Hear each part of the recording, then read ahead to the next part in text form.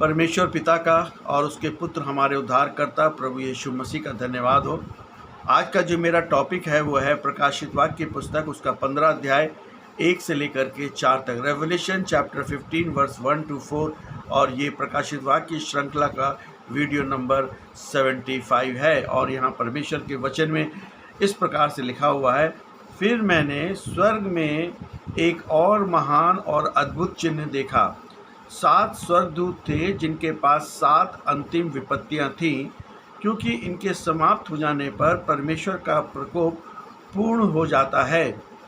और मैंने मानो अग्नि मिश्रित कांच का एक समुद्र देखा, और उनको भी जो उस पशु और उसकी मूर्ति तथा उसके नाम के अंक पर विजय हुए थे, परमेश्वर की वीणाएं लिए हुए उस कांच के समुद्र पर खड़े देखा।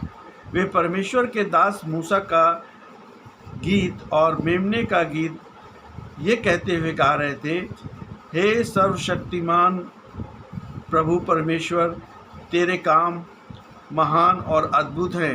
हे जाति जाति के राजा, तेरे मार्ग धर्म संगत और सच्चे हैं। हे प्रभु, कौन तेरा भय न मानेगा और तेरे नाम की महिमा ना करेगा, क्योंकि तू ही पवित्र, और सब जातियों आकर तेरी उपासना करेंगी, क्योंकि तेरे नाम के कार्य प्रकट हो गए हैं।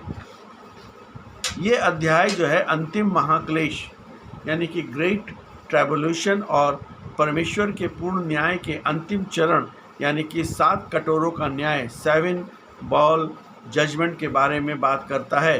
हिस्टोरिकल फैक्ट है कि ऐतिहासिक अगर आप इसका देखें कि इस पुस्तक को प्रेरित यूहन्ना ने लगभग 95-96 एडी में रोम के सम्राट डोमिटियन के शासन के काल के दौरान पतमस टापू पर निर्वासन पे लिखा था।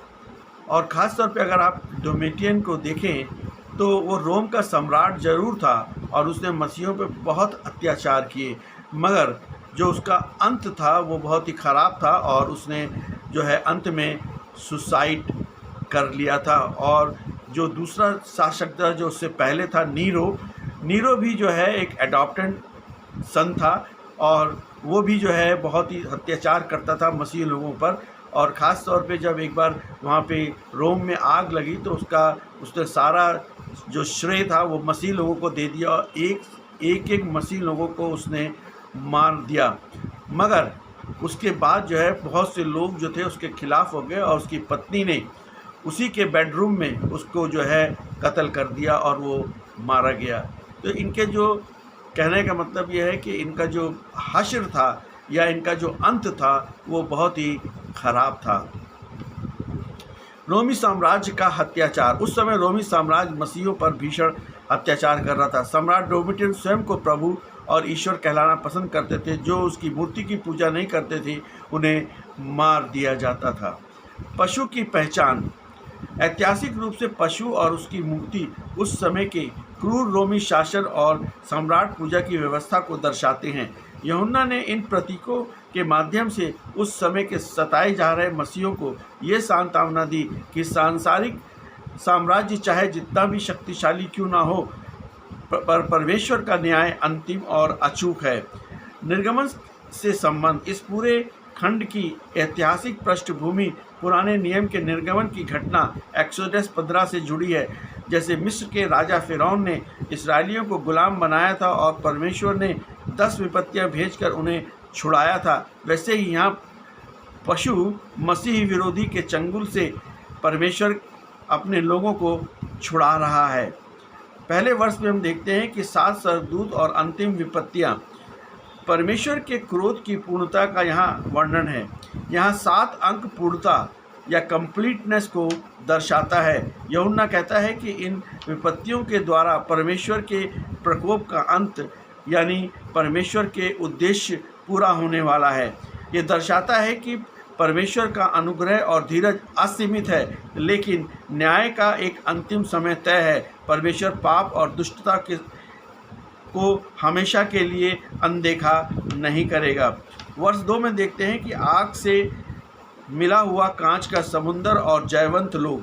कांच का समुद्र जो है वो प्रकाशित वाक्य 4 में ये समुद्र बिल्कुल शांत और स्फटिक यानी कि क्रिस्टल जैसा था, जो परमेश्वर की पवित्रता, स्थिरता और शांति को दर्शाता है। लेकिन यहाँ इसमें आग मिली हुई है।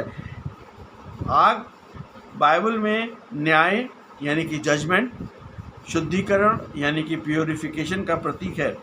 पशु पर विजय, यहाँ खड़े लोग वे शहीद मार्टर्स हैं जिन्हें मसीह विरोधी ने शारीरिक रूप से तो मार डाला, लेकिन आत्मिक रूप से वे जीत गए, क्योंकि इन्होंने उसका चिन्ह 666 या उसकी अधीनता को स्वीकार नहीं किया। संसार की नज़र में तो जो हार या मृत्यु है, परमेश्वर की नज़र में सबसे बड़ी विजय है। वे समुंदर के ऊपर खड़े हैं, जिनका अर्थ है कि वे अब संसार के तूफानों, दुखों और अराजकता से ऊपर उठ चुके हैं। वर्ष 3 और 4 में हम देखते हैं कि 2 गीतों का मिलन, मूसा का गीत द सॉन्ग ऑफ मोसेस, और ये इसराइलियों ने जब गाया था जब वे लाल समुंदर पर पार कर चुके थे और मिस्र की सेना डूब गई थी, और ये शारीरिक छुटकारे का गीत है। मेमने का गीत the song of the lamp, ये यीशु मसीह के क्रूस पर बहाए हुए लहू के द्वारा पाप और मृत्यु से मिले आत्मिक छुटकारे का गीत है। ध्यान देने योग्य बात यह है कि इन शहीदों ने पीड़ा, अपने सताने वालों को या महानता के बारे में एक शब्द भी नहीं गाया, बल्कि पूरा ध्यान केवल परमेश्वर के चरित्र पर था। तेरे काम बड़े अद्भुत हैं, परमेश्वर की सामर्थ्य की गवाही है। तेरी चाल ठीक और सच्ची है। इतिहास में परमेश्वर ने जो भी न्याय किया वह पूरी तरह न्याय संगत था। सारी जातियां आकर तेरे सामने दंडवत करेंगी। इस बात की भविष्यवाणी है कि अंत में हर एक घुटना यीशु मसीह के सामने टिकेगा और हर एक ज़ुबान उसे प्रभु मानेगी। फिलिपियन 2:10 और 11। यहाँ मसीह विश्वासी 3 बातें सीखते हैं: धैर्य और विश्वास योग्यता। जब जीवन में दुष्टता बढ़ती हुई दिखाई देती है तो विश्वास के कारण कठिनाइयाँ आएँ तो याद रखें कि परमेश्वर सब कुछ देख रहा है और अंतिम विजय उसकी और उसके लोगों की होगी।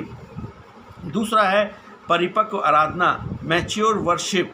स्वर्ग की आराधना परिस्थितियों पर नहीं बल्कि परमेश्वर के अपरिवर्तनीय चरित्र यानी उसकी पवित्रता, न्याय और सच्चाई पर टिकी होती है। अंतिम न्याय निश्चित है। इतिहास बिना किसी उद्देश्य के आगे नहीं बढ़ रहा है। इतिहास का एक अंतिम बिंदु है जहां परमेश्वर हर एक अन्याय का हिसाब करेगा और अपने न्याय को पूरी पृथ्वी पर प्रकट करेगा। इसलिए प्रभु यीशु मसीह पर विश्वास करें, अपने पापों को मान लें, यीशु मसीह से अपने पापों का पश्चाताप करें और यीशु मसीह को उद्धारकर्ता के रूप में ग्रहण करें। यही मसीह जीवन है। आमीन।